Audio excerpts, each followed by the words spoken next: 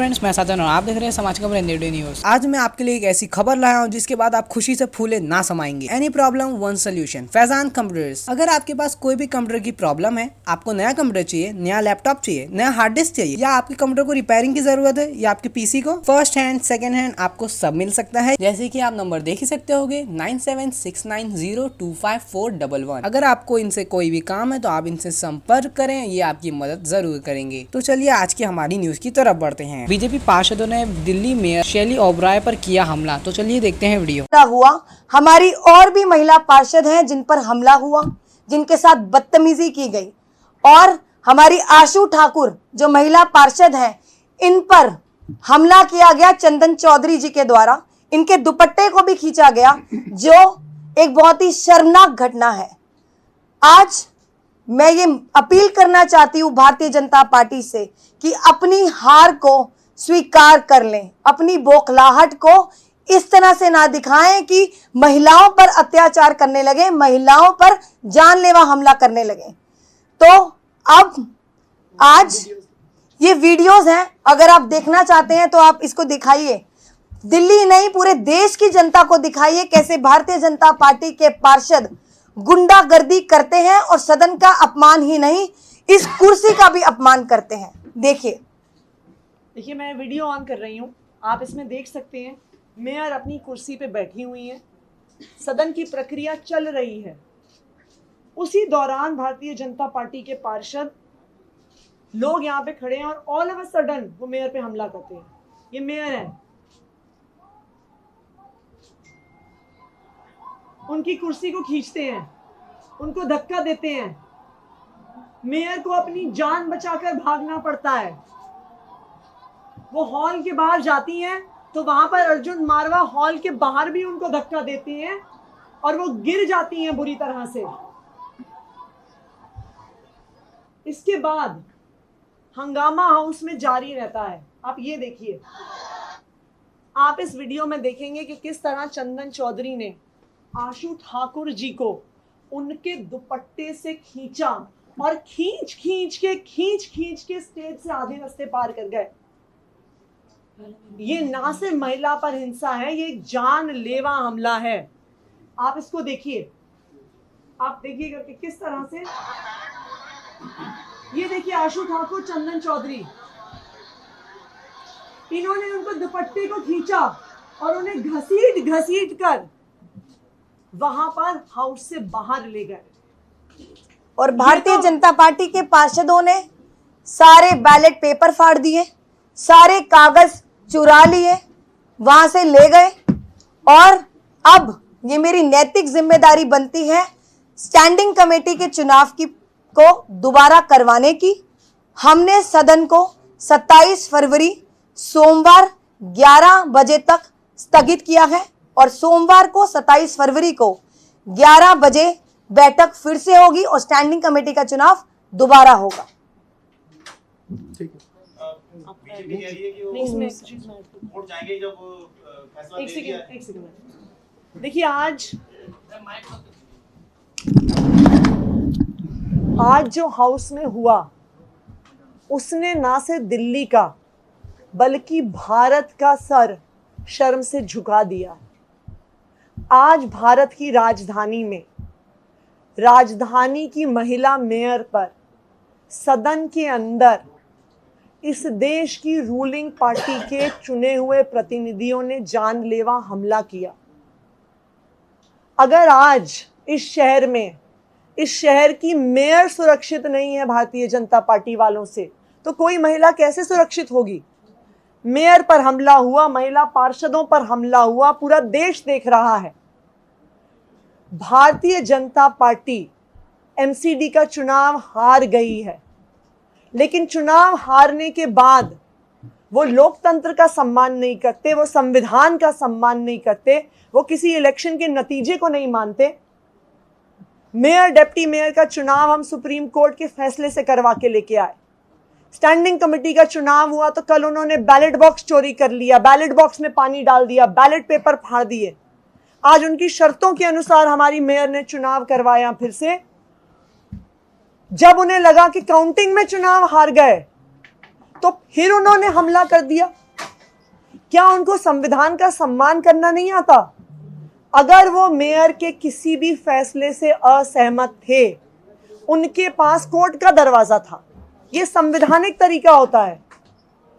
Mayor पे हमला करना, एक महिला पे हमला करना, महिला पार्षदों पे हमला करना, यहाँ पे हमारी दो महिला पार्षद बैठी हैं, सारिका चौधरी जी बैठी हैं, इन पर हमला हुआ, आशु ठाकुर जी बैठी हैं, इन पर हमला हुआ। क्या गुंडागर्दी से देश चलेगा? क्या मार पिटाई से देश चलेगा? हम सुनते थे, जब हम छोटे थे तो हम सुनते थे कि देश के दूर दराज के इलाकों में लोग बूथ कैप्चरिंग करते थे। आज देश की राजधानी में मीडिया के सामने भारतीय जनता पार्टी ने बूथ कैप्चरिंग करी, सारे कागजों को फाड़ा, सारे कागजों को लेकर चले गए और एक हुआ चुनाव नहीं घोषित हो पाया क्योंकि उनकी गुंडागर्दी। मैं भारतीय जनता पार्टी से अपील करूंगी कि दिल्ली की जनता के जनादेश को स्वीकार करिए। आपने 15 साल एमसीडी पे शासन किया और दिल्ली की जनता ने आपको निकाल के बाहर फेंक दिया है। अब 5 साल आम आदमी पार्टी की सरकार चलने दीजिए। हमें दिल्ली की जनता ने भारी बहुमत से चुन के भेजा है। अगर हम सही काम नहीं करेंगे तो हो सकता है आप फिर से चुन के आ जाएं, लेकिन लोकतांत्रिक तरीके से आइए, संवैधानिक तरीके से आइए। लोकतंत्र की धज्जियां मत उड़ाइए, संविधान की धज्जियां मत उड़ाइए और इस तरह से हिंसा से अपनी सरकार बैकडोर से बनाने की कोशिश मत करिए। बीजेपी ये कह रही है कि जब एक बार फैसला दे दिया अधिकारियों ने तो फिर चुनाव कैसे रद्द हो सकता है, वो वोट जाएंगे इसके खिलाफ में। देखिए, सबसे पहली बात ये है कि अधिकारियों की कोई भूमिका जो है चुनाव में नहीं होती। आप डीएमसी एक्ट पढ़ेंगे तो डीएमसी एक्ट साफ कहता है कि मेयर हैं प्रिसाइडिंग ऑफिसर, मेयर ये तय करेंगी चुनाव कब होना है, कैसे होना है, उसकी गिनती कैसी होनी है। तो मेयर ने जब चुनाव अनाउंस शुरू किया तो भारतीय जनता पार्टी वालों ने उनके ऊपर जानलेवा हमला कर दिया। सारे के सारे जो कागजात थे, बैलेट पेपर थे, सबको चुरा के भाग गए। ऐसी स्थिति में 2 ऑप्शन होते हैं, या तो मेयर खुद अनाउंस कर दे या मेयर एक हाई मॉरल ग्राउंड लेते हुए इस चुनाव को दोबारा करें। मेयर कोई भी चुनाव का रिजल्ट अनाउंस करें, इसके ऊपर एक प्रश्न चिन्ह लगेगा, क्योंकि कोई बैलेट बॉक्स नहीं है, कोई बैलेट पेपर नहीं है, कोई रिजल्ट्स नहीं है, कोई कागजात नहीं है। भारतीय जनता पार्टी तो हर तरफ से जो है मेयर के ऊपर ही किसी ना किसी जिम्मेवारी को डालेगी। मैं आपसे एक बार दीजिए, मैं डीएमसी एक्ट का रेलेवेंट सेक्शन आपको पढ़ के सुना देती हूँ। As soon as the period fixed for casting of votes is over the mayor shall .1 open the ballot वगैरह। .3 scrutinize the ballot papers and separate the ballot papers which he or she deems valid from those which he rejects as invalid by endorsing on them accepted or rejected। ये mayor का अधिकार है। Count the votes in the meeting of presence of such members as may be present with the assistance of such members as may be appointed by the mayor on his or her behalf। Mayor presiding officer हैं, कोई भी और वहां पर मौजूद व्यक्ति mayor के द्वारा अपॉइंटेड है उनकी असिस्टेंस के लिए। मेयर प्रिजाइडिंग ऑफिसर होकर निर्णय लेंगी, लेकिन भारतीय जनता पार्टी तो निर्णय लेने देने को ही नहीं तैयार है। वो मेयर के डिसीजन का उन्होंने इंतजार कहाँ किया? उन्होंने तो बैलेट पेपर फाड़ दिए, उन्होंने तो सारी काउंटिंग शीट्स फाड़ दी, उन्होंने तो मेयर पर हमला कर दिया। अगर वो प्रक्रिया से चलना चाहते थे तो वो मेयर के निर्णय का इंतजार करते। अगर वो मेयर के निर्णय से असहमत थे तो वो सुप्रीम कोर्ट जाते, हाई कोर्ट जाते। वो मेयर पे हमला करेंगे क्या? वो एक महिला पे जानलेवा हमला करेंगे क्या? इनके दुपट्टे से इनको खींचकर इनकी जान लेने की कोशिश करेंगे क्या? एक सवाल, बीजेपी की तरफ से कुछ विजुअल्स शेयर किए गए हैं, उनकी महिला पार्षदों को चोट आया है और वो आप पे एक डायरेक्ट आरोप लगा रहे हैं कि आपने आम आदमी पार्टी की महिला पार्षदों को इंस्टिगेट किया, वेल में उतर के इस तरह का हंगामा। वो एक वीडियो दिखा रहे हैं आप कर रही हैं। आप सारे लोग हाउस में मौजूद थे, आपके पास सारे वीडियोस मौजूद हैं। आप क्रोनोलॉजिकली सारे वीडियोस को देख सकते हैं और देख सकते हैं कि हंगामा किसने शुरू किया। पूरी काउंटिंग के दौरान आम आदमी पार्टी का कोई भी पार्षद वेल में आ रहा था, मैं खुद उनको पीछे हटा रही थी और मैं बार बार भारतीय जनता पार्टी के पार्षदों से अपील कर रही थी, चाहे कमलजीत सहरावत जी हो, चाहे संदीप कपूर जी हो, मैंने सबसे अपील करी कि आप अपने वालों को भी वेल से बाहर करो।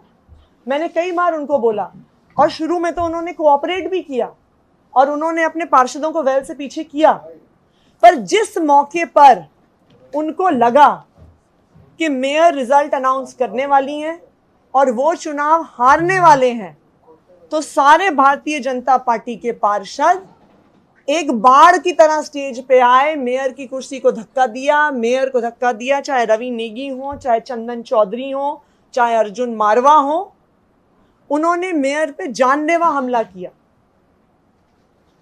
उसके बाद जब मेयर ने हाउस छोड़ दिया तब भी गहमा गहमी चलती रही। हम तो अपने पार्षदों को बुला बुला के बार बार शांत कर रहे थे, पूरे प्रक्रिया में हमने अपने पार्षदों को शांत किया, लेकिन वो हमारी महिला पार्षदों पे जानलेवा हमला कर रहे थे।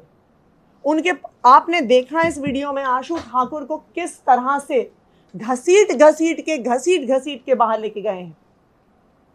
अब इस प्रेस कॉन्फ्रेंस के बाद हम लोग यहाँ पे पुलिस थाने पे जाएंगे और हमारी मेयर शैली ओबरॉय जी, हमारी 2 महिला पार्षद सारिका चौधरी जी और आशु ठाकुर जी, हम जहाँ पे यहाँ पे कौन सा पुलिस स्टेशन है, यहाँ पे कमला मार्केट पुलिस स्टेशन में भारतीय जनता पार्टी के पार्षदों के खिलाफ जानलेवा हमला का केस फाइल करने जा रहे हैं। तो हमारे आज के समाचार यहीं पे खत्म होते हैं और आपको ऐसे ही समाचार मिलते रहेंगे। तो हमारे चैनल समाज की खबर हिंदी टीवी न्यूज़ के साथ जुड़े रहें। तब तक ले जय हिंद।